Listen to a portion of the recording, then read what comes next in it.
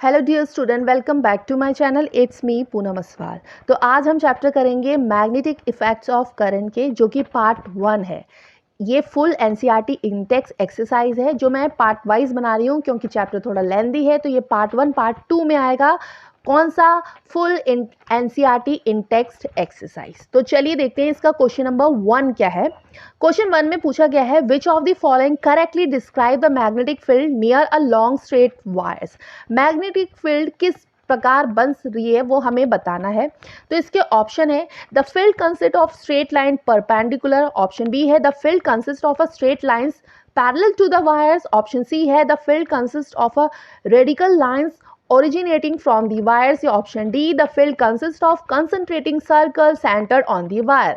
तो इसका आंसर क्या है? इसका आंसर है ऑप्शन डी, यानी मैग्नेटिक फील्ड किस प्रकार की बन रही है? Concentrating circle centered on the wire. Okay, इसका आंसर क्या होगा? Option D.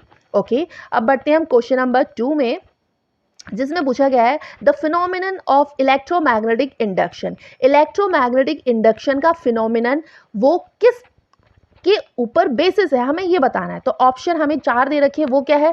The process of charging body and the process of generating magnetic field due to a current passing through a coil, option C produce induce current in a coil due to a relative motion between a magnet and the coil, option D the process of rotating a coil of an electric motor. तो इसका सही answer क्या होगा? इसका सही answer होगा option C, induced क्या होगा? Induce current in a coil due to a relative motion between a magnetic and the coil. ठीक है, ये हो गया क्वेश्चन नंबर 2। अब बढ़ते हैं हम क्वेश्चन नंबर 3 में, जो पूछा गया है the device use for producing electric current is called.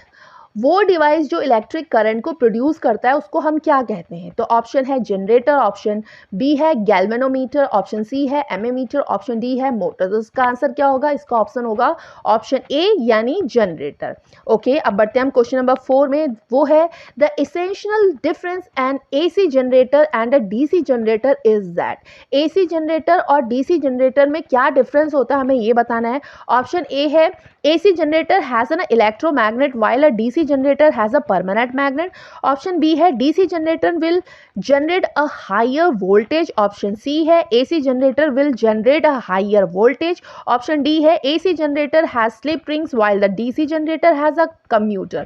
तो इसका सही आंसर क्या होगा? इसका सही आंसर होगा ऑप्शन डी। AC क्या होता है? स्लिप रिंग यूज होता है, इसीलिए इसका आंसर क्या है? Option D. ओके, अब बढ़ते हैं हम क्वेश्चन नंबर 5 का MCQ। At the time of a short circuit the current in the circuit, यानी at the time of short circuit current क्या होता है, हमें ये बताना है। यानी करंट बहुत ज़्यादा बढ़ जाता है, वो कौन से टाइम पे बढ़ जाता है? तो आंसर है रिड्यूस सब्सटेंसली, ऑप्शन बी है does not change, option C है इंक्रीज हैविली, या ऑप्शन डी है वेरियस कंटिन्यूसली। तो इसका आंसर क्या होगा? इसका होगा इंक्रीज हो जाता है, वो बहुत ज़्यादा क्या हो जाता है? बहुत ज़्यादा बढ़ जाता है। तो आंसर क्या होगा? Option C. ओके, अब बढ़ते हैं हम क्वेश्चन नंबर 6 में, जो कि क्या है? जो कि है ट्रू फॉल्स। स्टेट ट्रू या फॉल्स। जो स्टेटमेंट ट्रू होगा आप उसको ट्रू लिखेंगे, जो स्टेटमेंट फॉल्स होगा आप उसको फॉल्स लिखेंगे। तो फर्स्ट है N electric motor converts mechanical energy into a electrical energy, यानी इलेक्ट्रिकल जो मोटर कन्वर्ट करता है मैकेनिकल एनर्जी को इलेक्ट्रिकल एनर्जी में, वो क्या ट्रू है या फॉल्स है? उसका आंसर क्या होगा? उसका आंसर होगा फॉल्स। ओके, अब इसका बी देखते हैं। N electric motor generator works on the principle of electromagnetic induction, यानी इलेक्ट्रिक जनरेटर इलेक्ट्रोमैग्नेटिक इंडक्शन के प्रिंसिपल पे वर्क करता है, हमें ये बताना है। तो वो क्या करता है? वो वर्क करता है, बिल्कुल उसके प्रिंसिपल पे वर्क करता है, तो वो क्या होगा? ट्रू होगा। ऑप्शन सी है the field at the centre of a long circular coil carrying a current will be a parallel straight line, यानी हमें लॉन्ग सर्कुलर कॉइल दी गई है और उसमें बेसिकली करंट क्या कर रहा है? करंट फ्लो कर रहा है। तो क्या वो ट्रू होगा या फॉल्स होगा? उसका आंसर सही है, उसका आंसर है ट्रू। ओके, अब डी क्या है? डी है a wire with a green insulation is usually the wire of an electric wire of an electric supply, यानी ग्रीन इंसुलेशन वायर है वो क्या लाइव वायर होता है? आपको ये बताना है। तो आंसर क्या होगा? आंसर इसका होगा फर्स्ट, वो बिल्कुल भी लाइव वायर नहीं होता है। ओके, अब बढ़ते हैं हम क्वेश्चन नंबर 7 में, जिसमें पूछा गया है list 2 methods of producing magnetic field. क्या करना है? 2 मेथड बताने हैं आपको, जो क्या हो? जो प्रोड्यूसिंग फील्ड के हो, यानी प्रोड्यूसिंग मैग्नेटिक फील्ड के हो। तो आंसर क्या होगा? आंसर होगा इलेक्ट्रोमैग्नेट एंड सेकंड क्या होगा, natural and artificial magnet. But मैंने इसमें 3 बता रखे, तीसरा क्या है, करंट कैरिंग कंडक्टर, यानी आपको जो सही लिखे आप उसके 2 मेथड लिख सकते हैं। अब बढ़ते हैं हम क्वेश्चन नंबर 8 में, जिसमें पूछा गया है how does a solenoid behave like a magnet, can you determine the north and south pole of a current carrying solenoid with the help of a bar magnet explain. यानी solenoid किस तरीके से magnet को behave करता है, और अगर हम करंट कैरिंग सोलोनॉइड के बार मैग्नेट को लाते हैं तो क्या सोलोनॉइड जस्टिफाई कर सकते हैं, यानी हम उसको जस्टिफाई कर सकते हैं कि नॉर्थ पोल और साउथ पोल में क्या होगा।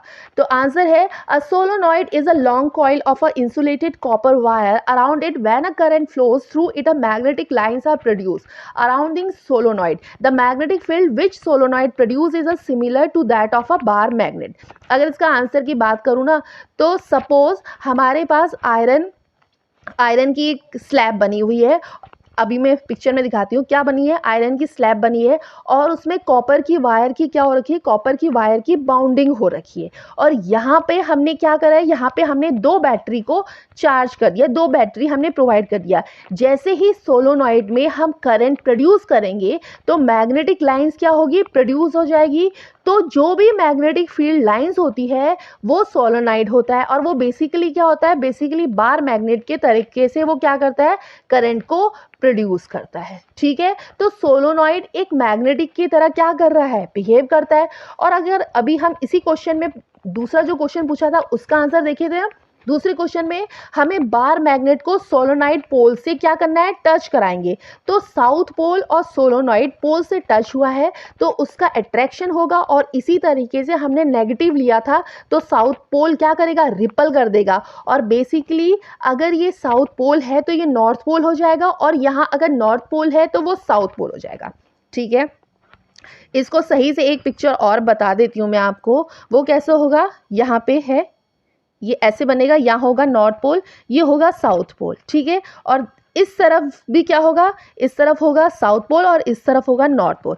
तो अभी मैंने क्या बोला, अगर ये नॉर्थ पोल है तो यहाँ साउथ हो जाएगा, और अगर यहाँ साउथ है तो यहाँ क्या हो जाएगा, नॉर्थ हो जाएगा।